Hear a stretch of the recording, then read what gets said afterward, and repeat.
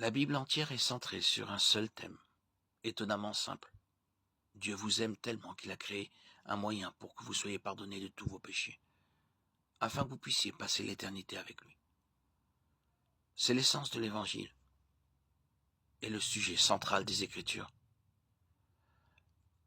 La parole écrite de Dieu est destinée à nous aider à comprendre cette bonne nouvelle.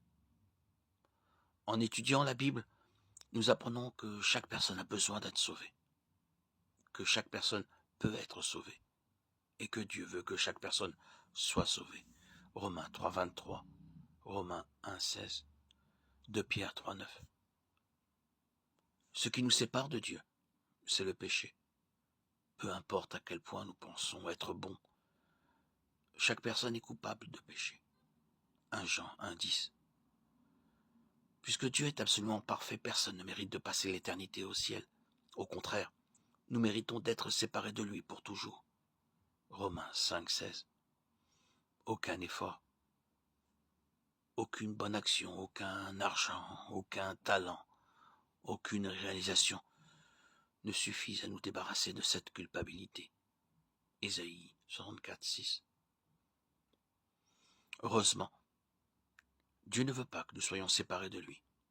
C'est pourquoi il a créé un moyen de réparer ce qui est brisé. Jean 3, 16, 17. Ce seul et unique moyen est la foi en Jésus-Christ. Jean 14, 6. Dieu lui-même est venu sur terre en tant qu'être humain, menant une vie parfaite et sans péché. Hébreux 4, 15. Il est mort volontairement en sacrifice pour payer la dette de nos péchés. 2 Corinthiens 5, 21. Selon les Écritures, n'importe qui peut être sauvé, pardonné par Dieu et assuré d'aller au ciel par la foi en Jésus-Christ. Romains 10, 13. Il ne s'agit pas d'un appel à la croyance aveugle et ignorante. Acte 17, 11. 1 Jean 4, 1. C'est une invitation du Saint-Esprit à la soumission et à la confiance.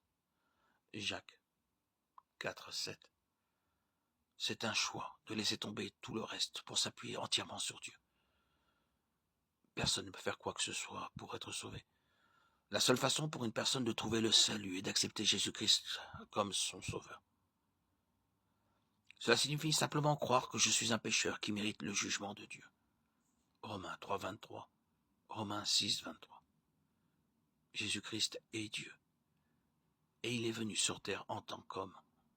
Jean 1, 14. Jésus est mort à ma place pour payer pour mes péchés. Romains 8, 3, 4. Hébreux 10, 14. Jésus est revenu d'entre les morts, comme il l'avait dit. Romains 4, 25, Marc 8, 31. Je fais confiance au sacrifice de Jésus et à rien d'autre pour me sauver. Éphésiens 2, 8, 9, Jean 3, 5. Autant que je sache, je me détourne de mes péchés, mettant toute ma foi, ma confiance en Jésus pour me sauver. 2 Corinthiens 7, 10. Acte 16, 31. C'est tout. Quiconque croit vraiment à ces choses est pardonné, transformé de l'intérieur et destiné au ciel. Jacques 1, 18. 2 Corinthiens 5, 17.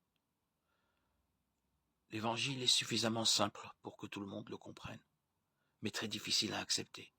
Matthieu 18, 13, Romains 1, 20, 21. La vérité de l'évangile signifie que nous ne sommes pas parfaits. Nous n'avons pas le contrôle total de notre vie. Nous ne pouvons pas nous sauver nous-mêmes. Nous avons besoin de quelque chose de plus que nous pour arranger les choses. Psaume 39, 5. 1 Thessaloniciens 4, 8. Devenir chrétien ne signifie pas être meilleur que les autres. L'évangile s'adresse à ceux qui admettent qu'ils sont faibles et ont besoin d'être secourus.